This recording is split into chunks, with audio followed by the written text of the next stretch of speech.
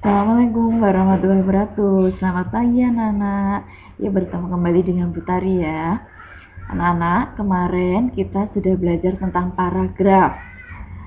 Paragraf berdasarkan letak kalimat utama ada 3. Yang pertama paragraf deduktif, yang kedua paragraf induktif, dan yang terakhir paragraf campuran. Nah, kali ini kita akan belajar tentang kebahasaan dalam teks deskripsi. Jadi, di dalam teks deskripsi itu ada kaidah kebahasaannya, ada aturan dalam penggunaan bahasa di dalam teks deskripsi. Aturannya sebagai berikut. Yang pertama, berisi penjelasan terperinci supaya objek menjadi konkret. Jadi, kalau kalian menjelaskan sesuatu itu harus rinci.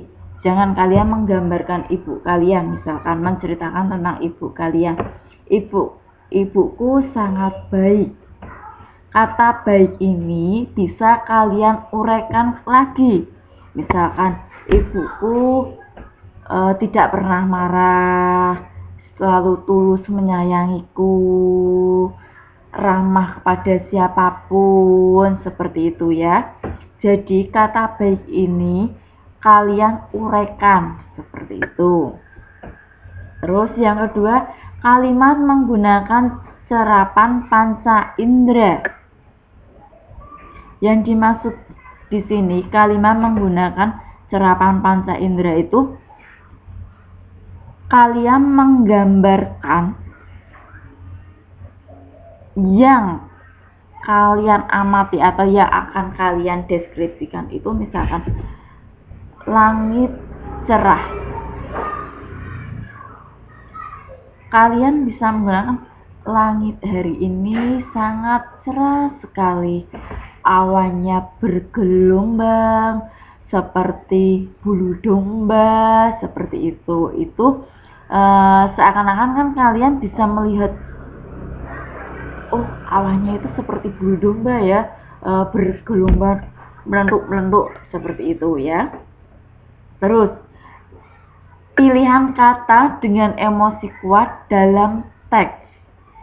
Maksudnya di sini pilihan kata sangat kuat dalam teks itu, misal kalian menyebutkan, kalau kalian mendeskripsikan tentang bunga itu sangat indah sekali. Kalian bisa mengambil kata bunga itu sangat elok, warnanya sangat menawan, merah merona, seperti itu ya. Terus menggunakan kata berimbuan. Kata berimbuan ini itu kata imbuan dari kata imbuh, kata dasar terus diimbui lagi ya. Nanti lain kali ibu jelaskan. Misalkan di sini dimakan, kata dasarnya apa? Makan, dapat imbuan di awalan tadi, jadi dimakan ya. Kalau makan sendiri beda. Imbuan ini bisa merubah makna kata tersebut. Minum. Minum bisa minuman, minum. Kalau ditambah an akhirannya jadi minuman. Makna katanya sudah berbeda ya, minum. Orang minum, kalau minuman jenis minuman tadi ya. Terus penggunaan kata sinonim. Sinonim ini adalah persamaan makna kata. Misalnya kata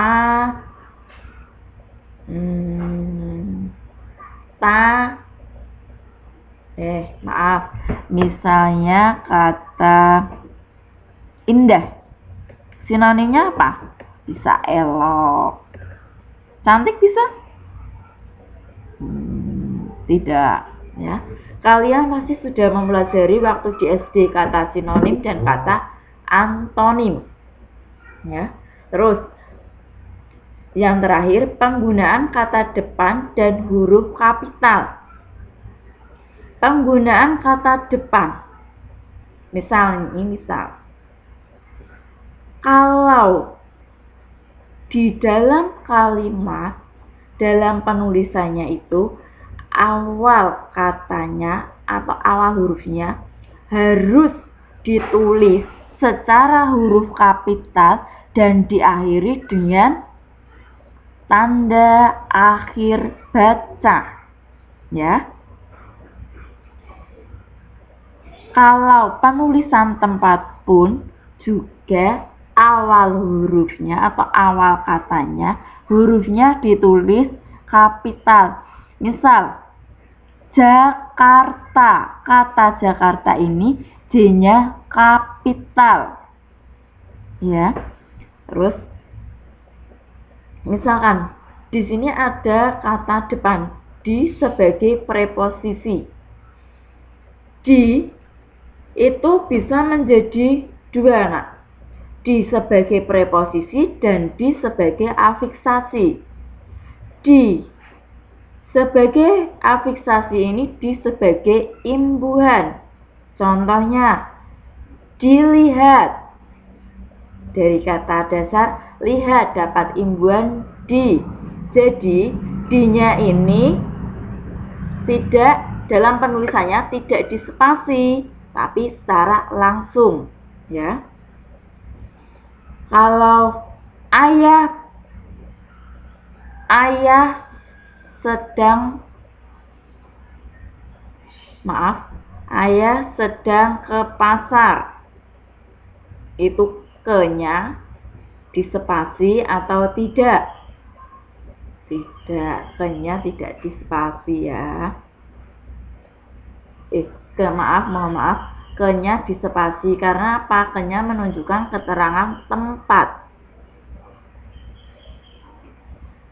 Ibu di rumah sedang memasak. Kata di rumah, di-nya ini sebagai preposisi karena menunjukkan kata tempat. Paham ya, anak-anak?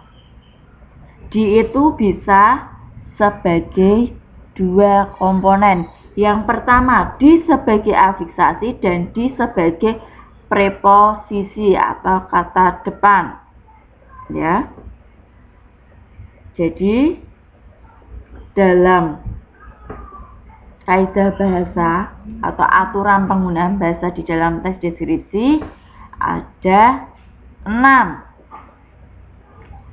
Yang pertama, penggunaan kata itu harus konkret, harus terperinci kalau menjelaskan sesuatu. Jangan hanya kata baik tok, baiknya yang bagaimana? Baiknya dijelaskan lagi.